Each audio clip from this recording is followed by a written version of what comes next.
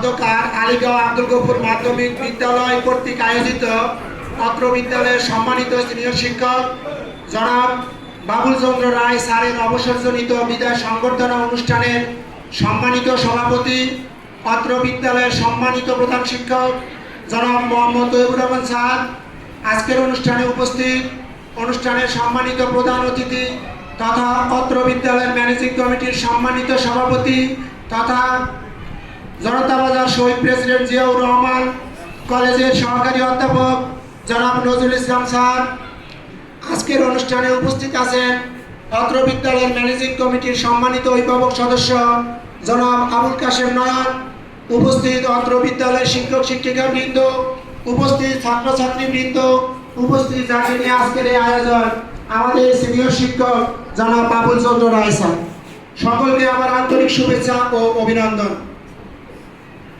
যেতে নাই দিব হয় তবু যেতে দিতে হয়, তবু চলে যেতে হয়, চলে যেতে হবে। আসলে আমাদের আজকের এই বিদায় অনুষ্ঠানটা একটা নির্দিষ্ট সময় অতিবাহিত হওয়ার পর থাকার সুযোগ নেই।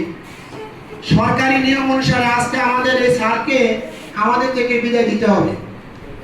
আমরা আলীগাঁও আব্দুল গফুর মাধ্যমিক বিদ্যালয়ে 25 জন স্টাফ, আমরা প্রতিষ্ঠা পরিবার থেকে একটি পরিবার তৈরি করে যৌথ পরিবার হিসাবে ছিলাম।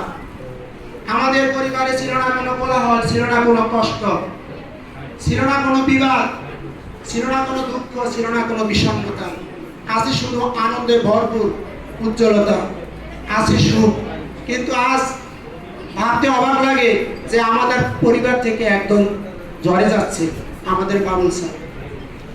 আমরা দেখছি একটি গাছের একটি ডালা যদি ভেঙে যায় গাছটি খুব কষ্ট পায়, কারণ ডালাটা ওই গাছেরই অংশ।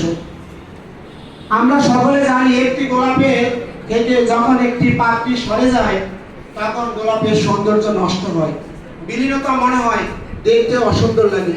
কিন্তু আজ আমাদের পরিবার থেকে যখন বাবুল স্যার চলে যাচ্ছে তখন আমাদের পরিবার একটু বিষণ্ণতা নেমে আসছে। বাবুল স্যারের প্রখরতা, দক্ষতা, যোগ্যতা এবং দৃঢ়তা আমরা হয়তো আর পাবো না। বাবুল স্যারের এই বিদায় আমাদের শূন্যতা তৈরি করেছে, হয়তো এই শূন্যতা পূরণ করার মতো নয়।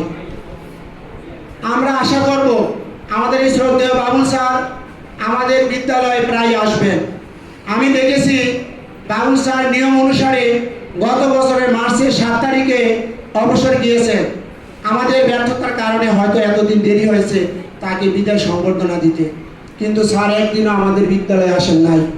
আমার জানা মতে স্যারে 2 দিন এসেছেন, হয়তো স্যারের নিজের প্রয়োজনে। তাহলে আমাদের মনে হয় যে আমাদের পরিবার থেকে স্যারে হয়তো কোনো কষ্ট পেয়েছে, আমরা স্যারকে সেভাবে ভালোবাসতে পারিনি। স্যার, আপনি মনে রাখবেন আপনাকে আমরা রেখেছি আমাদের মনের গহীনে। আপনি আছেন, থাকবেন চিরকাল। আপনি আমাদেরকে ভুল বুঝবেন না, আপনি আমাদের পথ প্রদর্শক। আপনার এই পথ প্রদর্শক আমাদেরকে উৎসাহিত করবে। আপনার পাঠদান শিক্ষার্থীরা এখনো মনে করে যে স্যারের অনুপস্থিতি।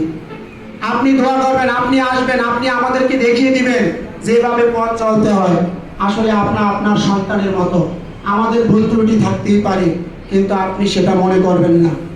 এইভাবে আমি আমার বক্তব্য শেষ করলাম। ধন্যবাদ সবাই।